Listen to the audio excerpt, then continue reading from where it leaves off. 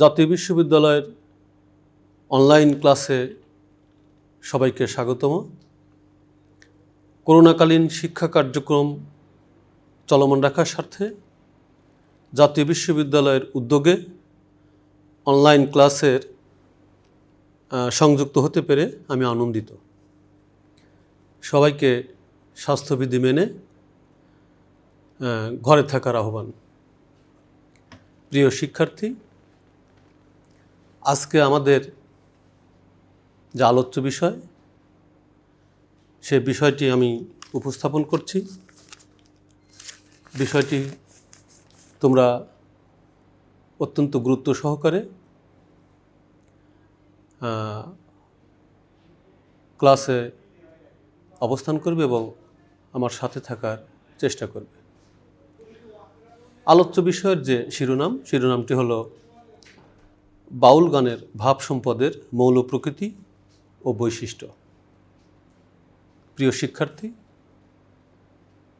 বাউল চেতনা এবং বাউল ভাব সম্পদের যে গুরু গাম্ভীর্য রূপ, যে মাহাত্ম্য, আমরা সেগুলো নিয়ে আলোচনা করব। তার আগে আমরা আমাদের স্লাইডে একটু দেখি আমাদের এই বিষয় থেকে কী শিখন ফল আসবে, আমরা দেখার চেষ্টা করি। শিখন ফল আমরা লক্ষ্য করছি যে বাউল মতের উদ্ভব ও ক্রমবিকাশ সম্পর্কে জানা যাবে, বাউলদের ব্রত সম্পর্কে ব্যাখ্যা করা যাবে, দেহযন্ত্র বিশ্লেষণ ও আত্মার রহস্য সম্বন্ধে বোঝা যাবে, বাউল পদগুলোর উপজীব্য ও মাহাত্ম্য সম্পর্কে অবহিত হওয়া যাবে, বাউল সাধকদের জীবন যৌবন ও সাধন ভোজনের রীতিমার্গ সম্বন্ধে ধারণা লাভ করা যাবে। প্রিয় শিক্ষার্থী, শিখন ফল সম্পর্কে আমাদের একটি বাস্তব ধারণা, সেখানে আমরা বাউল মত, বাউলদের ব্রত, বাউলদের দেহ বিশ্লেষণ ও আত্মার রহস্য এবং বাউল পদের যে বিভিন্ন উপজীব্য বিষয়, একই সাথে বাউলদের জীবন দর্শন, জীবন যৌবন, সাধন ভোজনের বিভিন্ন রীতিমার্গ সম্পর্কে আলোচনা করা হয়। এটাই ছিল আমাদের শিখন ফল। আমরা পরবর্তী আলোচনায় যাই। সেখানে আমরা কি দেখতে পাচ্ছি? আমরা প্রথমে বাউল নামের উৎপত্তি নিয়ে একটু আলোচনা করব। আমরা বাউল যে নাম, বাউল নামের উৎপত্তি কোত্থেকে, আমাদের প্রাচীন ভারতে যে সমাজ ব্যবস্থা ছিল, সেই সমাজ ব্যবস্থায় বাউলদের জীবন দর্শনের সাথে তার ভাব সম্পদ এবং ভাব প্রকৃতি বা মৌল প্রকৃতি কীভাবে কাজ করেছে, আমরা একটু দেখে আসি। আমাদের আলোচনার ভিত্তিতে আমরা আমাদের স্লাইডে কি বলেছি। বাউল নামের উৎপত্তি সম্পর্কে প্রথমে যে বিষয়টি আমাদের উঠে এসছে, সেটি হলো, আমরা লক্ষ্য করছি যে শ্রীকৃষ্ণ বিজয় এবং চৈতন্য চরিতামৃত গ্রন্থে এই বাউল শব্দের আদি প্রয়োগ দেখা যায়। এই গ্রন্থে বাউলদেরকে খ্যাপা বা বাহ্য জ্ঞানহীন অর্থেও উপহাসচ্ছলে প্রকাশ করা হয়েছে। অনেকে আবার এই বাউলদের সম্বন্ধে বলেছেন যে আকুল থেকে বাউল, আকুল থেকে আউল, পক্ষান্তরে ব্যাকুল থেকে বাউল শব্দের সৃষ্টি। অনেকে এরকম ধারণাও প্রকাশ করেছেন যে উলঝুল একতারা বাজিয়ে যারা গান গায় তাদেরকে বাতুল বলে উপহাস করা হয়েছে। এই বাতুল থেকে বাউল শব্দের নামকরণ হয়েছে। কেউ কেউ মনে করেন বায়ুভোজী উন্মাদ বা শ্বাস প্রশ্বাসের সাধনকারী অর্থে বাউল শব্দ প্রযুক্ত। এক একজন এক এক মত প্রকাশ করেছেন। কেউ বাউলদেরকে খ্যাপা বা বাহ্যজ্ঞানহীন বলেছেন, কেউ বলছেন আকুল থেকে আউল, ব্যাকুল থেকে বাউল। কেউ বলেছেন উলঝুল বাজিয়ে যারা একতারা বাজিয়ে গান গায় তাদেরকে বাতুল বলা হয় এবং বাতুল থেকে বাউল শব্দের সৃষ্টি। সবচেয়ে গুরুগম্ভীর্য বিষয় যেটি, সেটি হলো যে বায়ুভোজী উন্মাদ এবং শ্বাস প্রশ্বাসের সাধনকারী যারা, তাদেরকেও বাউল হিসেবে আখ্যায়িত করা হয়েছে। এটি একটি তাত্ত্বিক, গুরু এবং রহস্যময় বিষয় যে বায়ুকে কন্ট্রোল করে এবং শ্বাস প্রশ্বাসের সাথে তার তাত্ত্বিক রূপ, মনোমার্গ এবং দেহমার্গকে সমন্বয় করে যারা সাধনায় ব্রত থাকে তাদেরকে বাউল বলা হয়েছে। যাই হোক, আমাদের আলোচনা থেকে আমরা সিদ্ধান্ত আসতে পারি এরকম, অধিকাংশ মতামত এভাবে এসছে যারা আকুল থেকে আউল এবং ব্যাকুল থেকে বাউল শব্দের সৃষ্টি। আমরা মোটামুটি এ ধারণাটি পোষণ করব এবং অন্যান্য যে ধারণা আছে সেগুলোর সাথে সমন্বয় করেই বাউলদের জীবন দর্শন এবং জীবন প্রকৃতি কীরকম দাঁড়ায় আমরা সেটা সম্বন্ধে আলোচনা করব। আমরা পরবর্তীতে একটু লক্ষ্য করি সেখানে কি বলছি। সেখানে বলা হচ্ছে বাউল মতের উদ্ভব। দেখি বাউল মত সম্পর্কে আমরা কি বলছি। সেখানে দেখো, আমরা তিনটি অনার্য দর্শনের পরিচয় পাই। একটি হলো যৌগ, একটি সাংখ্য, একটি তন্ত্র। যৌগ ঈশ্বরবাদী, সাংখ্য নিরীশ্বরবাদী, তার সাথে তন্ত্র একটি ধর্মীয় মত বা আদর্শ যোগ হয়েছে। যোগ হয়ে পুরো ভারতের ধর্মীয় যে রূপ এখানে জটিল রূপ ধারণ করেছে। এই ধর্মীয় রূপের মধ্যে আমাদের জটিল একটা প্রক্রিয়ার স্বরূপ লক্ষ্য করছি। আমরা সাংখ্য দর্শন থেকে আবার দুটি দর্শনের পরিচয় পাচ্ছি। একটি হলো শৈবতন্ত্র, অন্যটি বৌদ্ধতন্ত্র। এই শৈবতন্ত্র বা বৌদ্ধতন্ত্র পরবর্তীতে বিশেষ করে অষ্টক বা নবম শতকে এই বৌদ্ধতান্ত্রিক মত এবং শৈবতান্ত্রিক মত যোগতান্ত্রিক বৌদ্ধ মত হিসেবে প্রতিষ্ঠা লাভ করে। এই যোগতান্ত্রিক বৌদ্ধ মত পুরো ভারতে বিশেষ করে অষ্টম এবং নবম শতকে অসাম্প্রদায়িক ভাবধারায় যোগী এবং বাউলদের বিশেষ একটা ধর্ম দর্শন হিসেবে এর স্বরূপ প্রকাশ পেতে থাকে। আমরা এই যোগতান্ত্রিক বৌদ্ধ মতের পরবর্তীতে আমরা দেখি যে সেখান থেকে তিনটি উপধারা বা উপমার্গ প্রকাশিত হতে থাকে। একটি বজ্রযান, একটি কালচক্রযান, একটি সহজযান। এই বজ্রযান এবং কালচক্রযান এটি পরবর্তীতে হিন্দু তান্ত্রিক ধর্মের রূপ লাভ করে। বিভিন্ন তন্ত্রমন্ত্র, বিভিন্ন পূজার্চনার রূপে মানুষের যে নৈয়িক শক্তি বা পূজনীয় যে রূপগুলো মানবতন্ত্রের দিকে আস্তে আস্তে ধাবিত হয়। বিভিন্ন রূপে বিভিন্ন অভিধায় এই হিন্দু তান্ত্রিক ধর্মটা প্রতিষ্ঠিত হয়। পরবর্তীতে আমরা এর আরেকটা রূপ দেখি সহজযান। এই সহজযান থেকে মূলত আমাদের মিথুনাত্মক যোগচর্চা, এটা কামাচার বা বামাচার বা মৈথুন প্রক্রিয়া মানুষ পারঙ্গমতা অর্জন করে তার ভেদ এবং তার রীতিমার্গ প্রকাশ করবার চেষ্টা করে। এর আরেকটি ধারা, সেটি হলো প্রকৃতি বর্জিত যোগ ধারণা বা যোগ সাধনা। এই প্রকৃতি বর্জিত যোগ সাধনাই পরবর্তীতে নাথপন্থ হিসেবে দাঁড়িয়ে যায়। আর এই মিথুনাত্মক যোগচর্চা, আমরা এই যোগচর্চার সাবলীল প্রক্রিয়াই মূলত হচ্ছে বৌদ্ধ সহজিয়া। এই বৌদ্ধ সহজিয়া পরবর্তীতে একদিকে বৈষ্ণব সহজিয়া, অন্যদিকে বাউল মত, দুটি শাখায় বিভক্ত হয়। আর প্রকৃতি বর্জিত যে যোগ সাধনা, এখান থেকে যে নাথপন্থীদের দর্শন আসে, সেই দর্শন থেকে আমরা যোগী বা শৈব ধর্মের রূপ পাই। পরবর্তীতে যোগী বা শৈব ধর্ম এবং বৈষ্ণব সহজিয়া, এই দুই ধর্মের সমন্বয়ে বাউল মত সুপ্রতিষ্ঠিত হয়ে থাকে। তাহলে বাউল মতের যে বিচিত্র রূপ এবং বিচিত্র অভিধা, এটি যুগ যুগ ধরে বিবর্তন এবং প্রক্রিয়ার ভিতর দিয়ে মানুষের যে কায় মনোবাক্যের সাধনা, আত্মা, জীবন, প্রকৃতি এবং সেই প্রকৃতির সমন্বয়বাদী চেতনায় মানুষের যে নিরলস আরাধনা, সেই আরাধনায় গুরুতান্ত্রিক প্রক্রিয়ায় এটি সুপ্রতিষ্ঠিত হয়ে পুরো ভারতে তথা আজকে সারা বিশ্বে এটি একটা সুন্দর মত এবং পথ হিসেবে সুপ্রতিষ্ঠিত হয়েছে।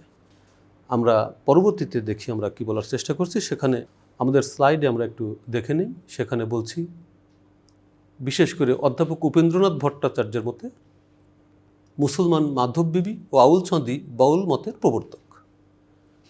উপেন্দ্রনাথ ভট্টাচার্য এটি বলছে যে মুসলমান যে মাধব বিবি এবং আউল চাঁদ, এর হাত ধরে মোটামুটি বাউল মতের প্রবর্তনা করা হয়।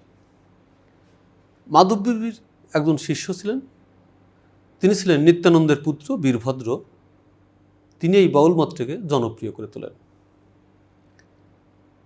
এই মাধব বিবি, আউল চাঁদ এবং তার পরবর্তী যে নিত্যানন্দের পুত্র বীরভদ্র, এদের হাত দিয়েই মোটামুটি বাউল মতের স্বরূপ এবং ভিত্তি মজবুত হয়, বিশেষ করে তত্ত্ব আকারে সেটি প্রকাশ হতে থাকে।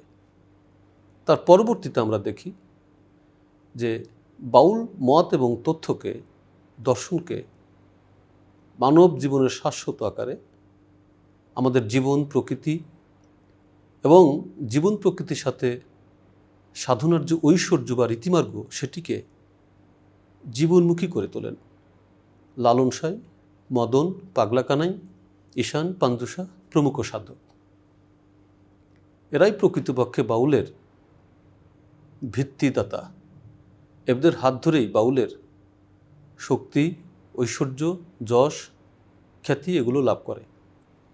পরবর্তীতে এই সব সাধকের পথ অনুসরণ করেন আধুনিক শিক্ষিত মহলে, বিশেষ করে রবীন্দ্রনাথ ঠাকুরের অনুপ্রেরণা এবং ঐশ্বর্যে বলবো আমি যে রবি ঠাকুর পরবর্তীতে এই বাউল মতের সাথে এমনভাবে মিশে গিয়েছিলেন যে তার কবিতা, তার প্রবন্ধ, তার উপন্যাস অর্থাৎ তার শিল্প সাহিত্যের প্রতিটি পরতে পরতে আমরা এই বাউলদের ভাব দর্শনের বিভিন্ন ছোঁয়া লক্ষ্য করি।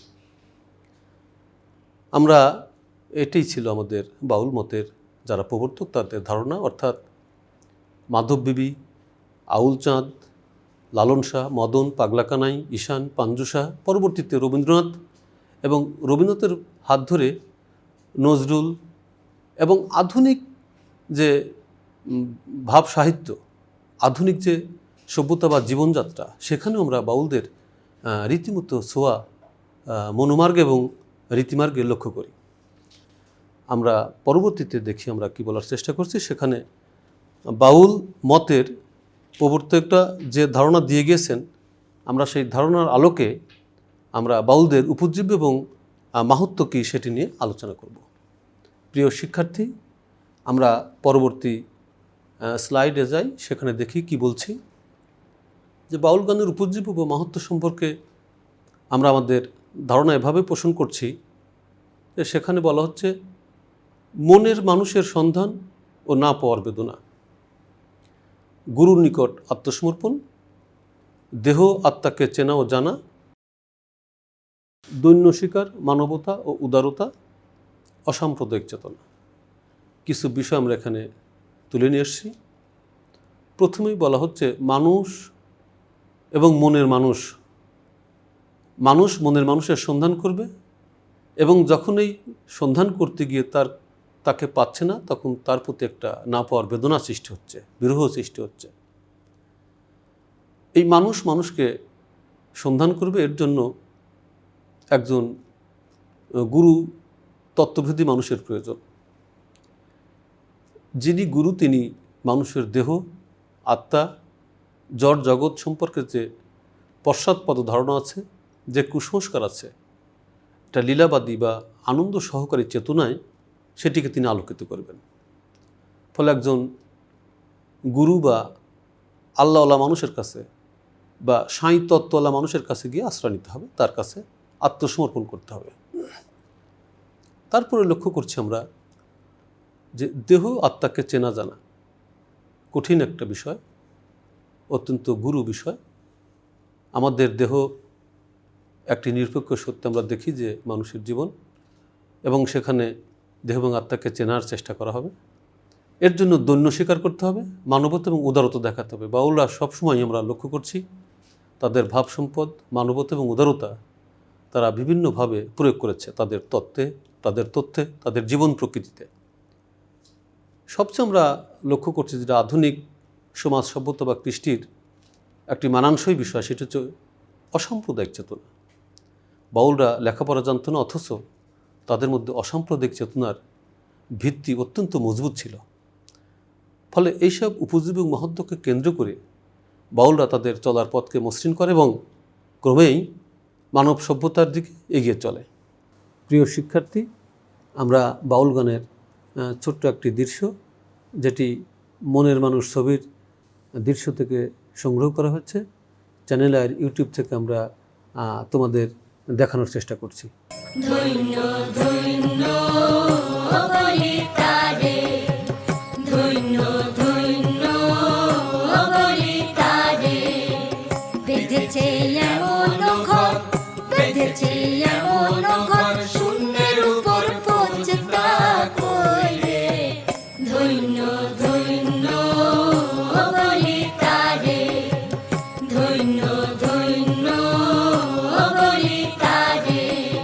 আমরা পরবর্তীতে লক্ষ্য করি সেখানে কি বলছি, বাউল ব্রত এবং আদর্শ সম্বন্ধে আমরা একটু কথা বলি, যে তাদের ব্রত বা আদর্শ কী ছিল। প্রিয় শিক্ষার্থী, আমরা সেখানে লক্ষ্য করছি যে তাদের ব্রত ছিল নিজকে চেনা ও জানা, জীবাত্মা পরমাত্মার উচ্চ সন্ধান, আত্মার স্বরূপ উপলব্ধি, আত্মার পরিশুদ্ধ ক্ষুধাপ্রাপ্তির উপায়, কাম ক্রোধ মোহ লোভ মাৎসর্য থেকে বিরত থাকা। এই ব্রতগুলো সাধনার, আরাধনার এবং পার্থিত সত্যকে জীবন সত্যের সাথে রূপায়িত করবার বিভিন্ন প্রচেষ্টা বা অনুসন্ধান আমরা এখানে লক্ষ্য করছি। নিজকে জানা অত্যন্ত কঠিন একটি কাজ। আমরা ভারতীয় সাহিত্যে বা ভারতীয় পুরাণে, বিশেষ করে বেদশাস্ত্রে লক্ষ্য করছি যে আত্মনুবৃদ্ধি অর্থাৎ নিজকে জানা। এ প্রসঙ্গে সক্রেটিসের একটা উদ্ধৃতি আছে, তিনি বলছেন নো দাই সেলফ। তিনি বলছেন তোমার সম্বন্ধে জানো। পবিত্র কোরআনে ইরশাদ করা হয়েছে মান আরাফা নাফসাহু ফাকাদ আরাফা রাব্বাহু, যে নিজকে চিনেছে সে তার প্রভুকে চিনেছে বা খোদাকে চিনেছে। এর চেয়ে উত্তম বা এর চেয়ে শাশ্বত কথা আর হতে পারে না।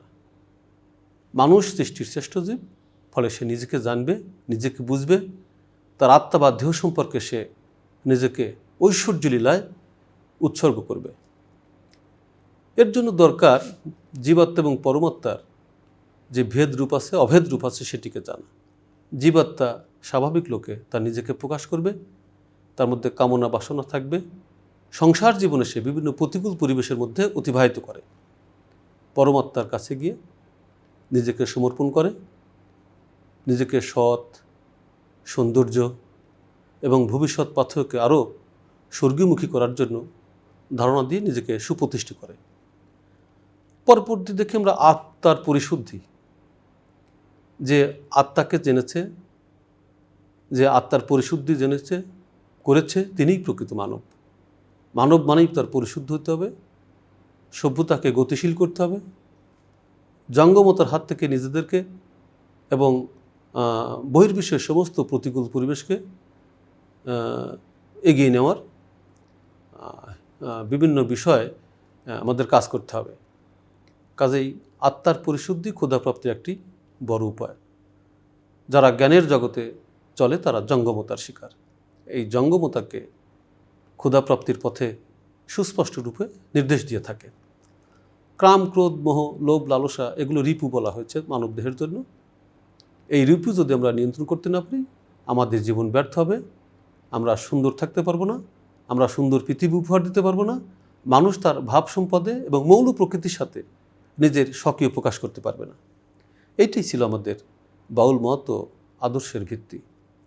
প্রিয় শিক্ষার্থী, আমরা পরবর্তীতে একটু আলোচনা করি। সেখানে কি বলার চেষ্টা করেছি, আমরা বাউল যে পদগুলো আছে সেখানে তার ভাবসত্য নিরূপণ করার চেষ্টা করি। সেখানে কি বলছি, প্রথমে আমরা বলার চেষ্টা করছি নিজকে জানা। আমি এর আগেও বলেছি যে আত্মনুবৃদ্ধি, নো দাই সেলফ, মান আরাফা নাফসাহু ফাকাদ আরাফা রাব্বাহু। লালন ঠিক এই ভাব দর্শনেই নিজেকে শুদ্ধ করবার চেষ্টা করেছিলেন। লালন বলছে যে আমার এই দেহের মধ্যে যে খোদা আছে, ঈশ্বর আছে, আমি তাকে খুঁজে পাচ্ছি না। এটা আমার জন্য ব্যর্থতা। তখন আমি আমার আমিত্ব দিয়ে তাকে কোনো ক্রমেই খুঁজে বা ধরে রাখতে পারছি না।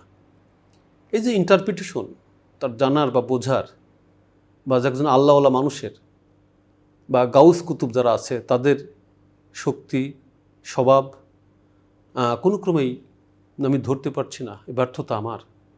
এটা নিরন্তর হাহাকার বাউলদের মধ্যে কাজ করে। এ হাহাকার প্রেম এবং প্রেমাস্পদ। তাই লালন তার গানে বলছে, একটা পদে বলছে, খুঁজি তারে আসমান জমি, আমারে চিনি না আমি, একই বিষম ভুলে ভ্রমি, আমি কুঞ্জন সে কুঞ্জনা। অর্থাৎ আমার মধ্যে আমি আমাকে হারিয়ে ফেলেছি। আমি কোনো ক্রমেই আমার গুরুবাদী সত্তাকে বা গুরুকে নিয়ন্ত্রণ করতে পারছি না এবং তার কাছে আমার সব কিছু সঁপে দিতে পারছি না। ফলে আমি মানুষ হিসেবে অনেকাংশেই ব্যর্থ এবং বিরহের ভিতর দিয়ে অতিক্রম করছি। আমরা পরবর্তী বিষয়ে দেখি সেখানে লালনের ব্রত বা আদর্শ সম্বন্ধে কী বলছি। প্রিয় শিক্ষার্থী, দেখো আমরা আলোচনা করছি এখানে পরমাত্মার সন্ধান। আত্মা দুই রকম, একটা জীবাত্মা, একটা পরমাত্মা। এটি একটা রূপক অর্থে ব্যবহার করা হয়েছে, অর্থাৎ মানুষের নেগেটিভ যে বিষয়গুলো, যেগুলো মানব সভ্যতার জন্য, জীবন যৌবনের জন্য, আমাদের চলমান যে প্রক্রিয়া বা কৃষ্টি কালচার আছে, সেখানে আমরা যে ব্যবস্থা প্রয়োগ করেছি, যদি সেটা নেতিবাচক হয়, মানব কল্যাণের জন্য যেটি নয়, সেটি জীবাত্মার কার্যক্রম, কাম, ক্রোধ, মোহ, লোভ, লালসা, বাসনা, কামনা ইত্যাদি। পরমাত্মা সুখ, সৌন্দর্য, একটা সুন্দর ধরিত্রী প্রতিষ্ঠা করা, মানব জীবন মাত্রেই প্রত্যেকের জন্য স্বকীয় অবলম্বন করা। এই স্বকীয় অবলম্বন মানব জীবনের যশকে নিয়ন্ত্রণ করা, মানব জীবনের কল্যাণের পথে ধাবিত হওয়া, যে গতি প্রকৃতি, যে প্রগতি ভাবনা, তার সাথে নিজেকে বিলিয়ে দেওয়া, এটি হচ্ছে পরমাত্মার কাজ। ইহলোক এবং পারলৌকিক যে ক্রিয়াদি আছে, এটিকে জয় করে মানব যখন তার সার্থক জীবন সুপ্রতিষ্ঠিত করে এবং যার মাধ্যমে করে এবং যে সাধনায় করে, সেই পথটি হচ্ছে পরমাত্মার পথ এবং সেটি হচ্ছে পরমাত্মার সন্ধান। এখানেও লালন একজন গুরুর আশ্রয় নেবার কথা বলেছেন এবং দেহের যে রীতিমার্গ আছে, নিরপেক্ষ দেহের মধ্যে সেই সত্য অনুসন্ধান করে তার কাছে আশ্রয় নিতে হবে। লালন তার একটি পদে বলেছে, আমার এই ঘরখানায় কে বিরাজ করে, তারে জন্ম ভর একবার দেখলাম না রে, নরে চরে ঈশান কোণে, দেখতে পাইনি ওই নয়নে, হাতের কাছে যার ভবের হাট বাজার, ধরতে গেলে হাতে পাইনে তারে। আমার ঈশ্বর বা খোদা আমার এই দেহের মধ্যে ক্রিয়াশীল, আত্মার বিভিন্ন ক্রিয়ার মধ্যে তিনি সচল, অথচ এই দেহ আমি বহন করছি, আমার এই ঘরে তিনি বসে আছেন, আমি তাকে পাচ্ছি না। একজন মানুষের আত্ম অনুসন্ধানী আত্মার, সচেতন বা চৈতন্য রীতিমার্গের আত্মার এর চাইতে বড় হাহাকার কি হতে পারে?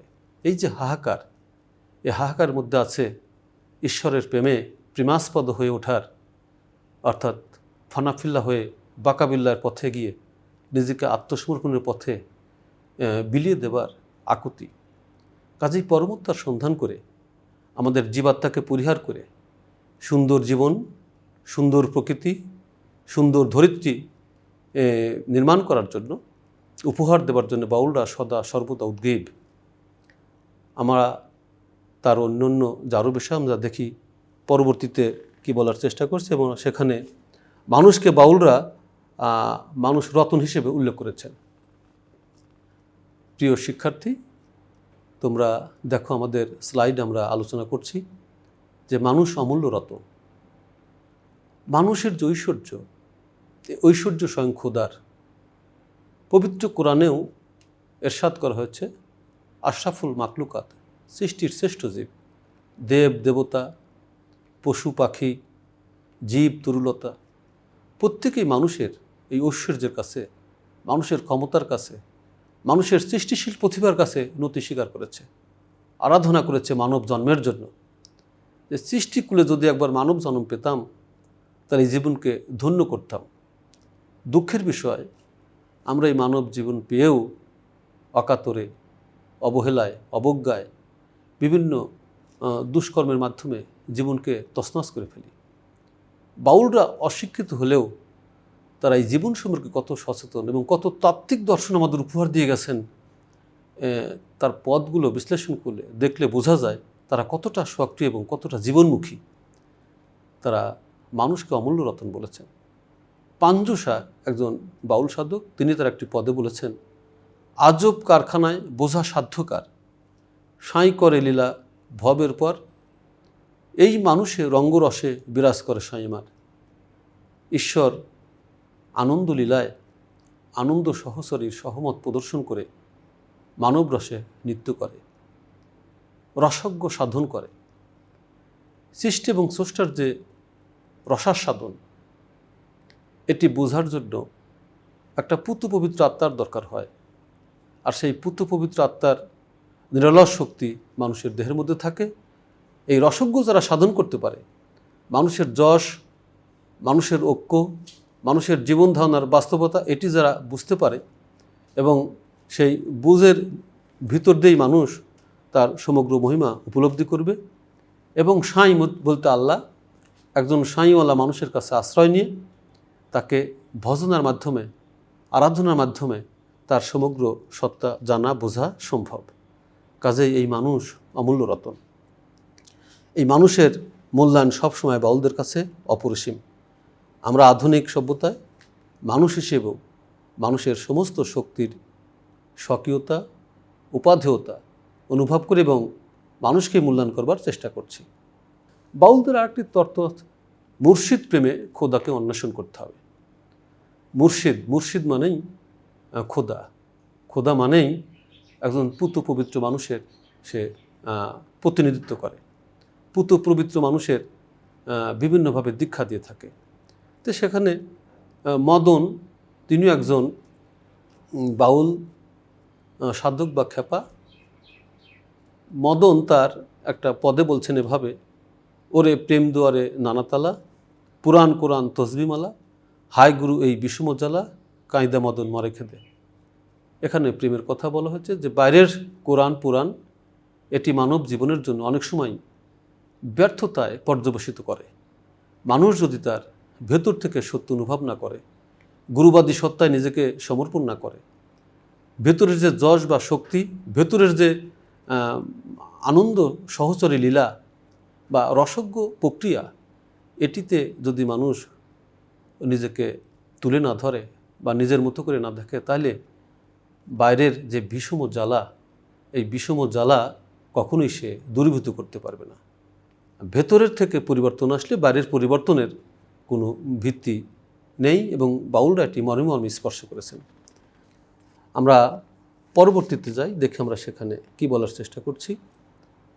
আমাদের আধুনিক সভ্যতার এবং আধুনিক সুরের পথিক রবীন্দ্রনাথ শুধু বাঙালি ভাব সম্পদের তিনি স্বকীয় প্রতিভাধর নন, তিনি বিশ্বকবি। তিনিও আমাদের সেই পূর্বের যে বাউলদের রীতি, মার্গ, কর্ম, জ্ঞান, যশ এগুলোর সাথে একাকার হয়েছেন এবং একাকার হয়ে তাদের ভাব দর্শনের সাথে রবি ঠাকুর পরবর্তীতে বিভিন্নভাবে অনুপ্রাণিত হয়েছেন এবং তার বিভিন্ন শিল্প সাহিত্যের সাথে আমাদের একীভূত হবার চেষ্টা করেছেন। রবি ঠাকুর তার একটা কবিতায় বলেছেন এভাবে যে, সজ্জিত তোমার মাল্যে যে মানব, তারই দূত হয়ে ওগো মানবের বন্ধু, আজ এই কাব্য অর্ঘলে শ্যামের বাঁশির তানে মুগ্ধ কবি আমি, অপিলাম তোমার প্রণামী। হে মানব, আমি আমার সমগ্র সত্তা তোমার জন্য, তোমার দূত হয়ে এই পৃথিবীতে প্রদর্শন করতে চাই। তুমি আমার সেই শক্তি এবং সেই সামর্থ্য বোঝার, তাগিদ অনুভব করার এবং সেই মোতাবেক চলার পাথেয় দান করো। শ্যাম হচ্ছে ধরিত্রীর রক্ষক। শ্যামের যে সুর, সেই সুরের সাথে যেন আমি নিজেকে প্রকাশ করতে পারি এবং আমার যে কাব্যসত্তা, আমি যেন সেই কাব্যসত্তা তোমার পূজারী হয়ে উঠতে পারি। রবি ঠাকুর তার কবিতার মধ্যে চমৎকারভাবে আমাদের এই বাউল মতের একটা অনুপ্রেরণাগত স্বভাব তুলে ধরেছেন। প্রিয় শিক্ষার্থী, আমরা পরবর্তী দেখি নজরুল ভাবাদর্শে কীভাবে এই বাউল মত বা পথ বা বাউলদের অনুপ্রেরণা কাজ করেছিল। আমরা তার একটা কবিতায় একটু লক্ষ্য করি।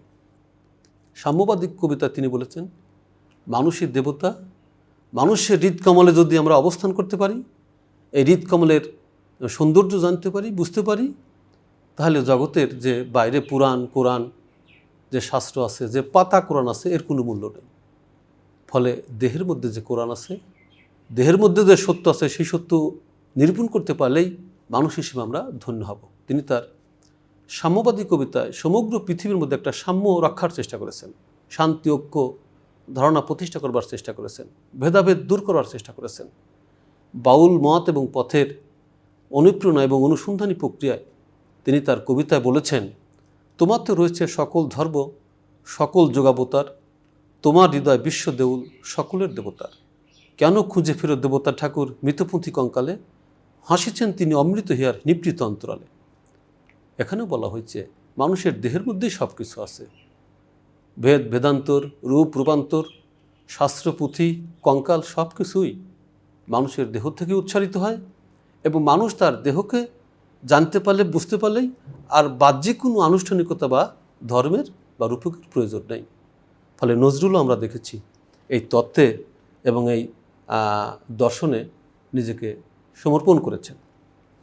আমরা দেখি পরবর্তী স্লাইডে আমরা লক্ষ্য করছি সেখানে বাউলদের যে বিভিন্ন সাধনা আছে এবং সেই সাধনার রীতি রূপ মার্গ সেগুলো বিশ্লেষণ করে বাউল মত সম্পর্কে সুধীর চক্রবর্তী একটা মন্তব্য করেছেন। আমরা মন্তব্যটা একটু জানার চেষ্টা করি। প্রিয় শিক্ষার্থী, তোমরা লক্ষ্য করছো যে আমি সেখানে উদ্ধৃতি দেখানোর চেষ্টা করেছি। প্রত্যেক ধর্মেই সমাজ হিতৈষণা আছে, মানুষের উন্নতির জন্য, সমাজ শৃঙ্খলার জন্য, সুষ্ঠুভাবে জীবনযাপনের জন্য ধর্মমতগুলো প্রতিষ্ঠিত। বাউল কোনো ধর্ম নয়, বাউল একটা মত পদ্ধতি, কিন্তু সমাজ হিতৈষণার উদ্দেশ্য নিয়ে এই মতের উৎপত্তি। বিভিন্ন মতপার্থক্য সত্ত্বেও একটা সমন্বয় রূপ বাঙালির মজ্জাগত, এই সমন্বয় চিন্তারই সর্বাত্মক প্রকাশ বাউল মত। এখানে সুধীর চক্রবর্তী যেটি বোঝানোর চেষ্টা করেছেন সেটি হলো বাউল কোনো ধর্ম নয়, এটি একটি মত, এবং এই মতের মধ্যে সমাজ হিতৈষণা রয়েছে। বাঙালি জনজীবন এবং সংস্কৃতির একটা সমন্বয় প্রয়াসী ঐক্য সাধনের চেষ্টা করা হয়েছে। অর্থাৎ আমাদের ভারতীয় সমাজ ব্যবস্থায় আমাদের জীবন যন্ত্রণার যে বিভিন্ন মেরুকরণ, বিভিন্ন ধর্ম, বিভিন্ন কর্ম, বিভিন্ন জ্ঞানের রীতিমার্গ, এগুলোকে সমন্বয় করে একটা সুন্দর সমাজ হিতৈষণার, সমাজ কল্যাণের পথে ধাবিত হবার জন্যই বাউলরা প্রতিনিয়ত একটা সাধনা করে গেছেন। এই সাধনা রীতি বাঙালির শাশ্বত মজ্জাগত, কাজেই সমন্বয় চিন্তায় বাঙালির মজ্জাগত চিন্তার সক্রিয় রূপ। অত্যন্ত চমৎকারভাবে সুধীর চক্রবর্তী আমাদের এই বাউল চেতনাকে সমন্বয় করবার চেষ্টা করেছেন তার জ্ঞান এবং তার বিদ্যার তীক্ষ্ণতা দিয়ে। প্রিয় শিক্ষার্থী, আমরা আমাদের পরবর্তী আলোচনায় যাই। আমরা কিছু মূল্যায়ন করার চেষ্টা করেছি। আজকের যে আলোচনা, এই আলোচনার যে গুরু মাহাত্ম্য এবং আলোচনার যে ভিত্তির আকারে আমি তোমাদের কিছু মূল্যায়ন করবার চেষ্টা করেছি যে তোমরা কিভাবে আমার ক্লাস গ্রহণ করেছ এবং তোমরা কিভাবে তোমাদের জ্ঞান বা অভিজ্ঞতা দিয়ে সেটি মূল্যায়ন করছো। সেই মূল্যায়নের পালায় আমি তোমাদের কিছু প্রশ্ন ছুড়ে দিতে চাই। আমি কয়েকটি প্রশ্ন তোমাদের করব এবং তোমরা সেখানে উত্তর দেওয়ার চেষ্টা করবে। আমি প্রথম প্রশ্নটি করেছি, বাউল মতের উদ্ভব কোন সময় থেকে? উত্তর, 17 শতকের দ্বিতীয় পাদ থেকে। ধন্যবাদ। দ্বিতীয় প্রশ্ন, কোন মত থেকে বাউল মতের উৎপত্তি? উত্তর, বৌদ্ধ সহজিয়া মত হতে। ধন্যবাদ। তৃতীয় প্রশ্ন, বাউলদের আদর্শ কী? উত্তর, নিজেকে চেনা বা জানার অনুসন্ধান। ধন্যবাদ। চতুর্থ প্রশ্ন, লালন শাহ মানুষকে কি বলেছেন? উত্তর, মানুষ রতন। ধন্যবাদ। আমরা লক্ষ্য করছি 4টি প্রশ্ন, সেখানে বাউলদের উদ্ভব, বাউলদের মত, বাউলদের আদর্শ এবং লালন শাহ মানুষকে কি বলেছেন।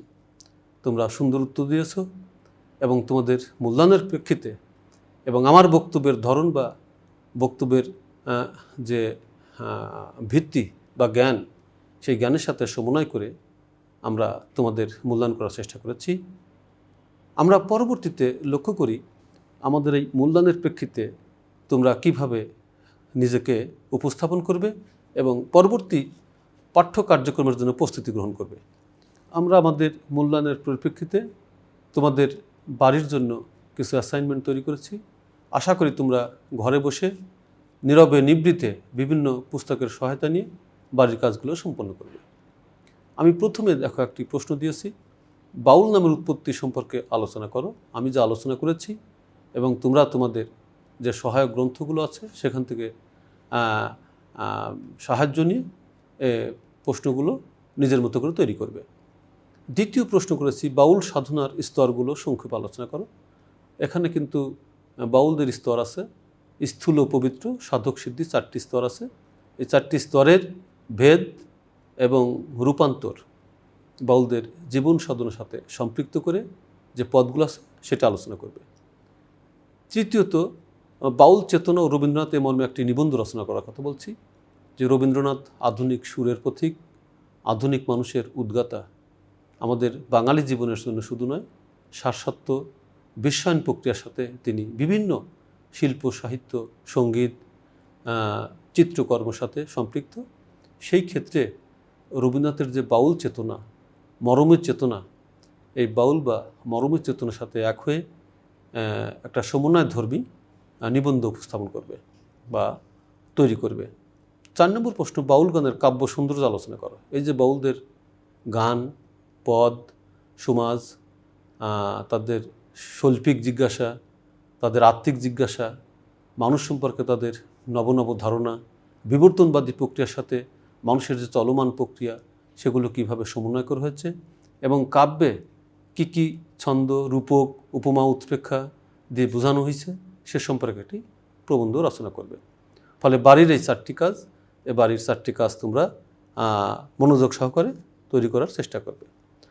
আমরা পরবর্তীতে দেখি, আমরা এই যে আমাদের আলোচনা বা তোমাদের বাড়ির কাজ বা আমরা যে মূল্যায়ন করেছি, কোন কোন গ্রন্থের আশ্রয় নিয়েছি, সেই গ্রন্থগুলো একটু দেখে আসার চেষ্টা করি এবং সেসব গ্রন্থের মধ্যে কীভাবে তোমরা সহায়তা নিতে পারো। আমি দেখো এখানে 5টি গ্রন্থের নাম বলেছি। প্রিয় শিক্ষার্থী, তোমরা গ্রন্থগুলোর সাথে পরিচিত হবার চেষ্টা করো। 1 নম্বরে আমি লিখছি অরবিন্দ পোদ্দারের মানব ধর্ম বাংলা কাব্যে মধ্যযুগ। অত্যন্ত গুরুত্বপূর্ণ একটি গ্রন্থ। এখানে চর্যাপদ, শ্রীকৃষ্ণ কীর্তন এবং বৈষ্ণব পদাবলী বা বাউল পদের বিভিন্ন রকম ব্যাখ্যা আছে এবং বিশ্লেষণ আছে। তোমরা বইটির সহায়তা নিতে পারো এবং এখান থেকে অনেক গুরুত্বপূর্ণ তথ্য পাবে। দ্বিতীয়ত একটা বই, আনিসুজ্জামান স্বরূপের সন্ধানে বাংলা সাহিত্যের ইতিহাস প্রথম খণ্ড। খুবই গুরুত্বপূর্ণ একটা গ্রন্থ, জ্ঞানগর্ভ এবং আলোচনাকে প্রসিদ্ধ করবার জন্য, বাউল মত পথ, বৈষ্ণব মত পথ এগুলোকে জানার বা বোঝার জন্য অত্যন্ত সহায়কপূর্ণ একটি গ্রন্থ। তৃতীয়ত আহমদ শরীফের বাংলা সুফি সাহিত্য। তোমরা জানো ইরানি প্রভাবে, ইরানিদের সুফি আদর্শে ভারতবর্ষে সাম্য, শান্তি, ঐক্য এগুলো প্রতিষ্ঠিত হয়েছিল। আমাদের যে ব্রাহ্মণ্য সমাজ ছিল, ব্রাহ্মণ্য সমাজ ব্যবস্থার পরিবর্তিত রূপে বৌদ্ধ সমাজ ব্যবস্থা, জৈন সমাজ ব্যবস্থা, তাদের জীবন কাঠামো বা দর্শনের রীতিমার্গ, এগুলো আমরা এই গ্রন্থ থেকে বিভিন্নভাবে সহায়তা পেয়েছি। আবুল হাসান চৌধুরী লালন শাহ সম্পর্কে, লালন শাহর জন্ম, মৃত্যু, লালন শাহর জীবন দর্শন, লালন শাহর যে সমাধি আছে, সেই সমাধিতে বর্তমান সময়ের বাউলরা কীভাবে জীবনযাপন করে, সেই লালন শাহ তার ঐতিহ্য কীভাবে ধরে রেখেছেন, এগুলো সরকারি পৃষ্ঠপোষকতায় এখন অনেক বাউলদের চেতনা লালন পালন করা হচ্ছে, সে সম্পর্কে ডিটেলস বলা আছে আবুল হাসান চৌধুরী তার লালন শাহ গ্রন্থে। আমরা শেষে একটি গ্রন্থ উল্লেখ করেছি, উপেন্দ্রনাথ ভট্টাচার্য বাংলার বাউল ও বাউল গান। খুবই প্রসিদ্ধ একটি গ্রন্থ।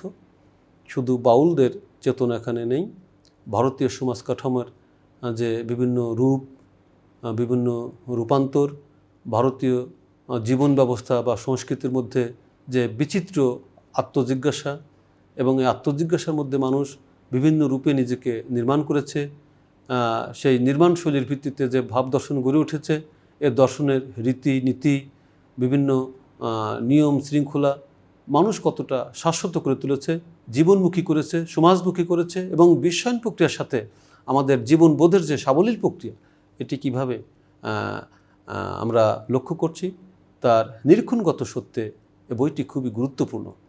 ফলে এই বইগুলো তোমরা মনোযোগ সহকারে দেখবে, পড়বে এবং বাড়ির কাজ তৈরি করবে।